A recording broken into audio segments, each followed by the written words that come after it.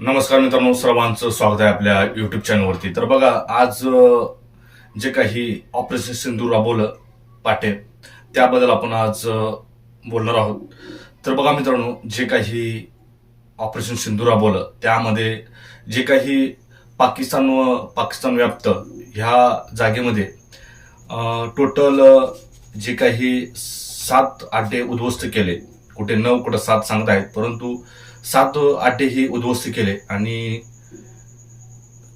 अख्ख्या भारतामध्ये आणि जगामध्ये मोदी यांचा किंवा आपल्या भारताचा जय जयकार आणि आहाकार सध्या सर्वांच्या तोंडून आणि सळकून येत आहेत. परंतु मला एक म्हणायचं आहे, हे अड्डे तड्डे उद्ध्वस्त करण्यापेक्षा डायरेक्ट पाकिस्तानवरतीच एक हल्ला केला तर बरं होईल. कारण आपण जे काही दहशतवादाचं जे काही मूळ आहे ते पाकिस्तान आहे आणि त्याच्या मुळापर्यंत आपण जर गेलं, त्याची मुळं पकडून काढले तर हे जे काही अड्डे बिड्डे दहशतवादी आहेत हे उद्यालाच येणार नाहीत मित्रांनो.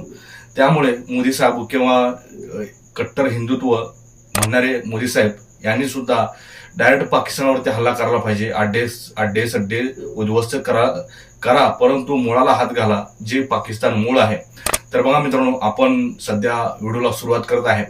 तर बघा मित्रांनो, जे काही ऑपरेशन सिंदूर हे राबवण्यात आलं 7 मे 2025 रोजी, म्हणजे पाटे आज. तर सशस्त्र दलांनी पाकिस्तान व्याप्त जम्मू काश्मीरमधील दहशतवाद पायाभूत सुविधावर बघा, जे काही तुम्हाला माहिती असेल, जे काही दहशतवाद आपलं सिंधू करार होता तो रद्द केला.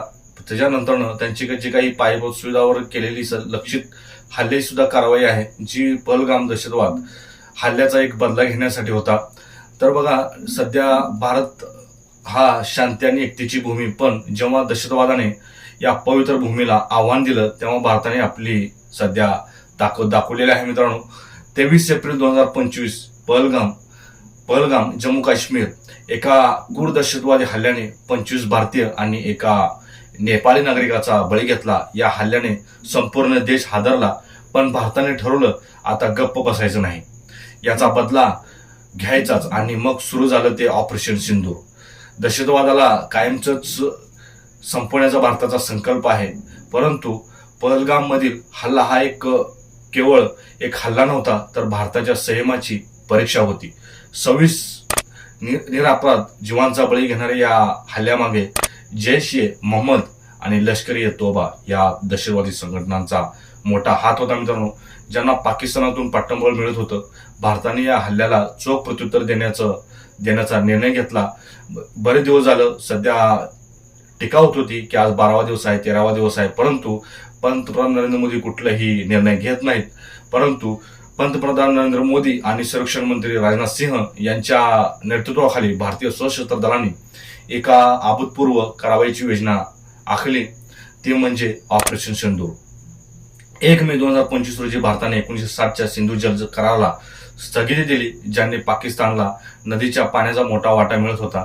ही एक राजनीतिक चाल होती ज्याने पाकिस्तानवर दबाव वाढवला. पण खरा दणका म्हणजे जे काही 7 मे 2025 रोजी आला, तो म्हणजे आज, जेव्हा भारतीय लष्कर आणि नौदल आणि हवाई दलाने एकत्रितपणे ऑपरेशन सिंधूर हे राबवलं. हे मात्र तुम्ही लक्षात ठेवा, या तिन्ही आपल्या नौदलाने, जे काही लष्कराने, हवाई दलाने, सगळ्यांनी एकजूट दाखवली आणि हा दणका चांगला पाकिस्तानला दिलेला आहे. आणि बघा, 7 मे 2025 पहाटे 1:28 ते 1:51 अवघ्या या 23 मिनिटांमध्ये भारतीय सशस्त्र दलाने पाकिस्तान व्याप्त काश्मीरमधील 9 दहशतवादी तळावर अचूक हल्ले केले. हे हल्ले इतके सुस्पष्ट आणि नियंत्रित होते की एकाही पाकिस्तानी लष्करी तळाला लक्ष केलं गेलं नाही मित्रांनो.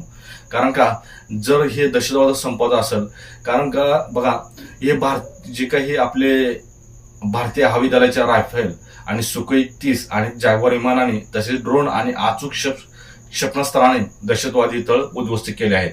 बघा मित्रांनो, जे काय स्पर्धा परीक्षा जे काय करणारे विद्यार्थी आहेत त्यांनी सुद्धा लक्षात ठेवा की कुठल्या विमानाने हल्ले केले आहेत. सुखोई 30. तर बघा, कुठे उद्ध्वस्त केले तर कोटली, मुजफ्फराबाद आणि बहावलपूर येथील दहशतवादी तळावर हल्ले झाले.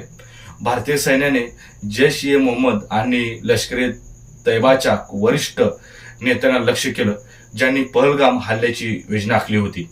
या कारवाईत कोणतेही भारतीय जवान जखमी झालेला नाही मित्रांनो, ही एक चांगली बाब आहे. आणि भारताने आपली ताकद आणि संयम दोन्ही दाखवून दिलेला आहे. त्याच्यावर पाकिस्तानी चांगला धडा घ्यायचा आहे. हा एक टेलर आहे. जर तुम्हाला पिक्चर बघायचा असेल तर खूप मोठ्या पिक्चर बघितला तर तुम्हाला पळती भुई म्हणजे थोडे होऊन जाईल. तर हे ऑपरेशन सिंदूरने जगभरात खळबळ माजवली आहे. संयुक्त राष्ट्राचे सरचिटणीस अँटोनियो गुटेरेस यांनी भारत आणि पाकिस्तानला संयम राखण्याचं सध्या आवाहन सुद्धा केलेलं आहे. पाकिस्तानचे जे काही संरक्षण मंत्री ख्वाजा आसिफ यांनी भारतावर हल्ल्याचा आरोप केला, पण त्याच्याकडे सध्या पुरावे नव्हते किंवा नाहीत. दुसरीकडे भारताने स्पष्ट केलेलं आहे की ही एक कारवाई दहशतवादाविरुद्ध होती. ही भारताने चांगली मोठी गेम खेळलेली आहे, चांगला दणका तर दिलेला आहे, परंतु ही कारवाई दहशतवादाविरुद्ध होती, ही पाकिस्तानच्या सैन्याविरुद्ध नव्हती, असं सध्या संयुक्त राष्ट्र आणि बाकीच्या सुद्धा देशांना या भारताने आपल्या दाखवून दिलेलं आहे मित्रांनो.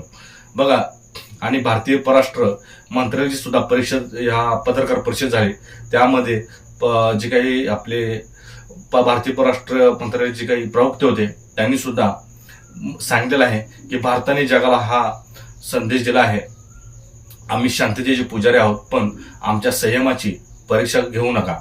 पहलगाम हल्ल्याचा बदला घेताना भारताने दहशतवादाविरुद्ध आपली कठोर भूमिका दाखवलेली आहे मित्रांनो. आणि ऑपरेशन सिंदूर हा केवळ एक लष्करी विजय नव्हता, तर भारताच्या सध्या एकतेचा आणि दृढ निश्चयाचा हा सध्या विजय होता. भारतीय सशस्त्र दलांनी पुन्हा एकदा सिद्ध केले की भारत आपल्या नागरिकांच्या सुरक्षेसाठी कोणत्याही थराला जाऊ शकतो. न्याय मिळाला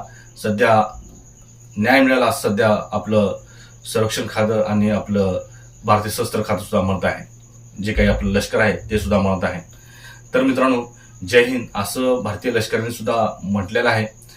ऑपरेशन राबवल्यानंतर आज भारत दहशतवादाच्या लढाईत अधिक दृढ झाला आहे. ऑपरेशन सिंदूरने दहशतवाद्यांना आणि त्यांच्या पाठीराख्यांना म्हणजेच पाकिस्तानला कठोर इशारा दिला आहे.